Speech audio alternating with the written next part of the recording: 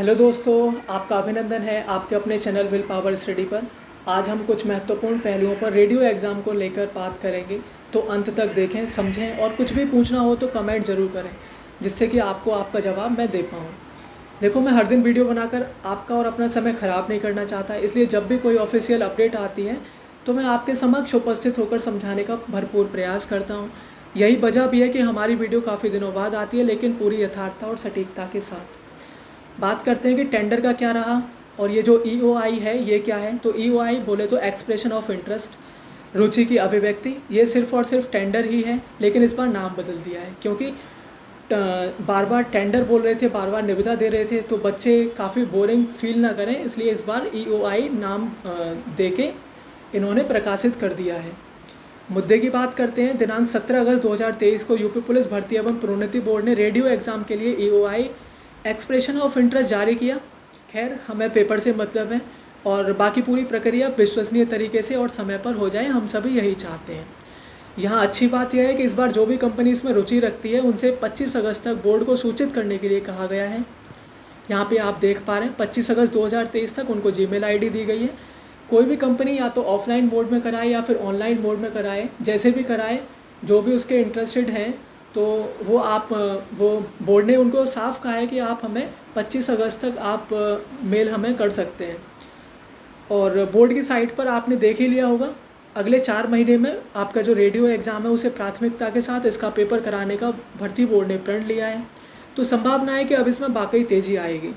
बात करते हैं नंबर 2, हमारा पेपर ऑनलाइन होगा, ऑफलाइन होगा या फिर हाइब्रिड होगा। देखो, अब तक क्या था कि आपका जो भर्ती बोर्ड था, यूपी पुलिस प्रोन्नति भर्ती बोर्ड, वो हाइब्रिड मोड में एग्ज़ाम कराने के लिए अड़ा हुआ था। जब भी आप टेंडर देख रहे हैं वहाँ पे आपके हर एक टेंडर में इन्होंने हाइब्रिड मोड से एग्ज़ाम कंडक्ट कराने की बात बोली थी। तो कहीं ना कहीं कंपनियों के साथ सामंजस्य नहीं बैठ पा रहा था, कंपनियों की और कोई शर्तें थी, बोर्ड की हाइब्रिड मोड के लिए शर्तें थी, लेकिन अभी फ़िलहाल लग रहा है कि हाँ, अब सामंजस्य बनता नज़र आ रहा है।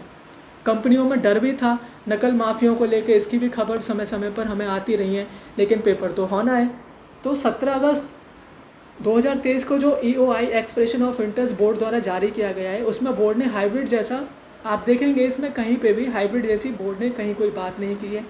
तो जाहिर सी बात है कि पेपर या तो ऑफलाइन होगा या ऑनलाइन होगा। इन्होंने सिर्फ यहाँ पे ये बातें बोली हैं कि कंपनी जो भी ऑफलाइन वाली है, ऑफलाइन पेपर कराएगी, तो फिर उसके लिए हम बोर्ड की क्या क्या शर्तें हैं, उनके लिए क्या क्या चीज़ें ज़रूरी हैं, और यदि कोई ऐसी कंपनी है जो सीवीटी पेपर कराती है तो फिर उसके लिए क्या क्या शर्तें हैं, वो वांछनीय हैं।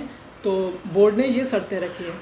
अब बहुत अधिक चांस है कि एक से ज़्यादा कंपनी भी इनको मिल जाएगी, और ऑफलाइन ऑनलाइन वाली दोनों कंपनी इनको मिल सकती हैं, लेकिन पेपर तो कोई एक ही कराएगी, लेकिन इंटरेस्ट दोनों टाइप की कंपनी रख सकती है।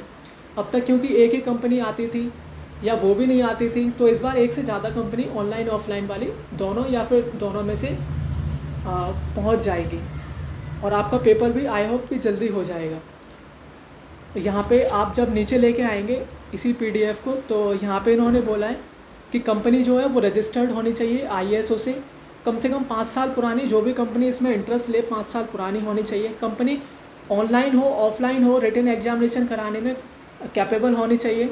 इन्होंने साफ बोला है वर्कशॉप के लिए 73,614 एस्पिरेंट हैं, असिस्टेंट ऑपरेटर के लिए 3,89,711 और हेड ऑपरेटर के लिए 76,516 आपके एस्पिरेंट हैं, कैंडिडेट्स हैं जो कि एग्ज़ाम में प्रतिभाग करेंगे।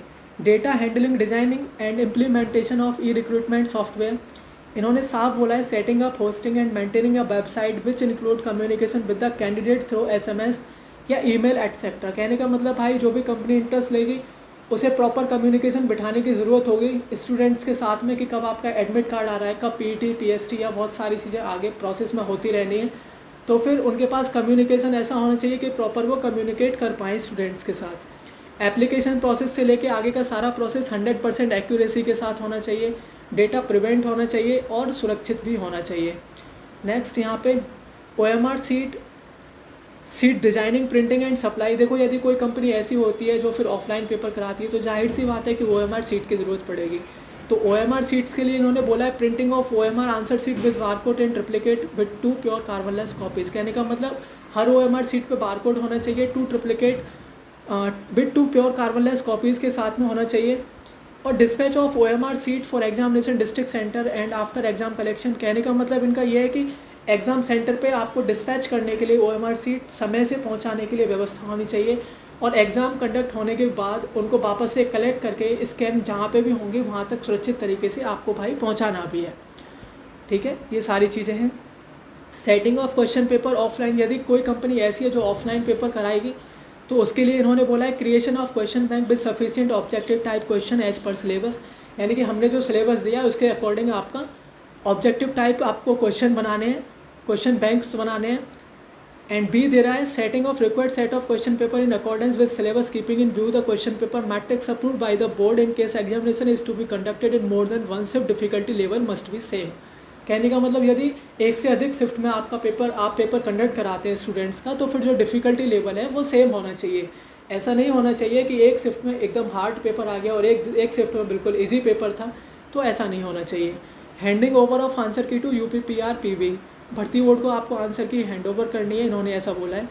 Setting of question paper online, यदि कोई कंपनी ऐसी है जो CBT पेपर कराएगी तो उसके लिए इन्होंने बोला है जो CBT कराने वाली कंपनी यदि फाइनल होती है तो उसको करना होगा कि आप यही सारी चीज़ें कि क्वेश्चन पेपर जो बनेगा वो सिलेबस के अकॉर्डिंग बनेगा, डिफ़िकल्टी लेवल का ध्यान रखा जाएगा, और 30 मिनट्स पहले जो नोट्स हैं वहाँ तक पेपर पहुँच जाएगा ईजिली। नोट्स का मतलब कंप्यूटर जहाँ पे बच्चे बैठ के अपना एग्ज़ाम देंगे वहाँ नोट्स तक पेपर पहले पहुँच जाना चाहिए।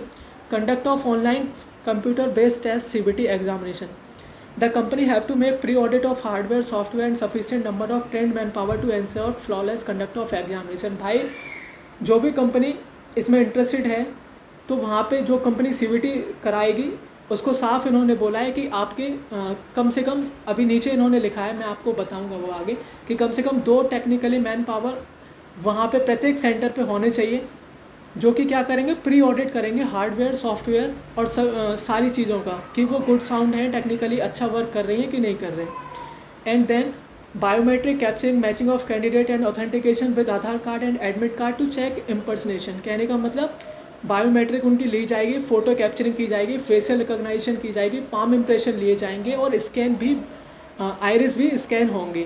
तो ये सारी चीज़ें सिक्योरिटी का बहुत ध्यान रखा गया है बोर्ड की तरफ से, बिल्कुल सतर्कता के साथ में ये सारी चीज़ें की गई हैं। ये देख के बहुत अच्छा लग रहा है कि सिक्योरिटी एकदम सही रहने वाली है। CCTV वहाँ पे लगे होने चाहिए, वीडियो सर्विलांस होनी चाहिए। Conduct of offline OMR based written examination, वहाँ पे भी यही सारी बातें हैं।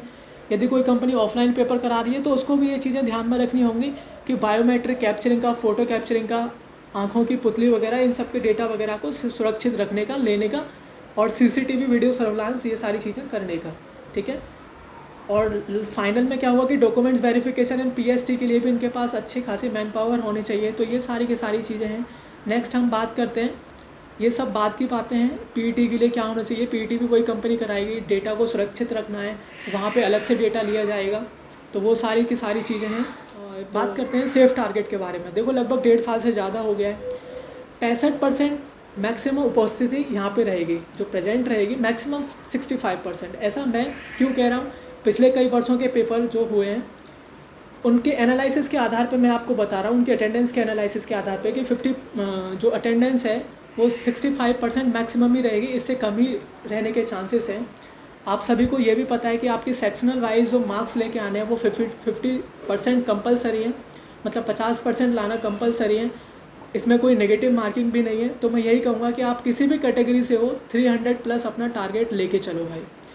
देखो आप RWA टेक्स्ट बुक कहीं पे भी आप मॉक दे रहे हैं, वहाँ पे आप 300+ लेके आ रहे हो तो बहुत अच्छा है, आप एक सही ट्रैक पे हो। रिवीजन करते रहो, प्रॉपर एनालिसिस करते रहो। और सीरियसली बोलूँ तो टेक्स्ट बुक पे यदि आप 310, 315, 20 तक कर रहे हैं और RWA पे आप 305 तक भी कर रहे हैं, तो मतलब एक सही कर पा रहे हैं आप। और आप देख पा रहे होंगे कि आपकी रैंक जो आ रही है 300 मार्क्स के आसपास 200 से 400 के समथिंग बैठ पा रही होगी। ऐसा मैंने कई स्टूडेंट्स पे एनालिसिस किया है। तो एक बहुत अच्छी अपॉर्चुनिटी है, लड़कियों के लिए भी ये गोल्डन अपॉर्चुनिटी है, क्योंकि उनके लिए सीट्स भी रिजर्व हैं। जैसे हेड ऑपरेटर में 196 समथिंग है, असिस्टेंट ऑपरेटर में भी सीट उनकी रिजर्व हैं। तो बॉयज़ के मुकाबले पुलिस की जो वैकेंसीज़ होती हैं उसमें कहीं ना कहीं आपकी कट ऑफ लो ही रहती है।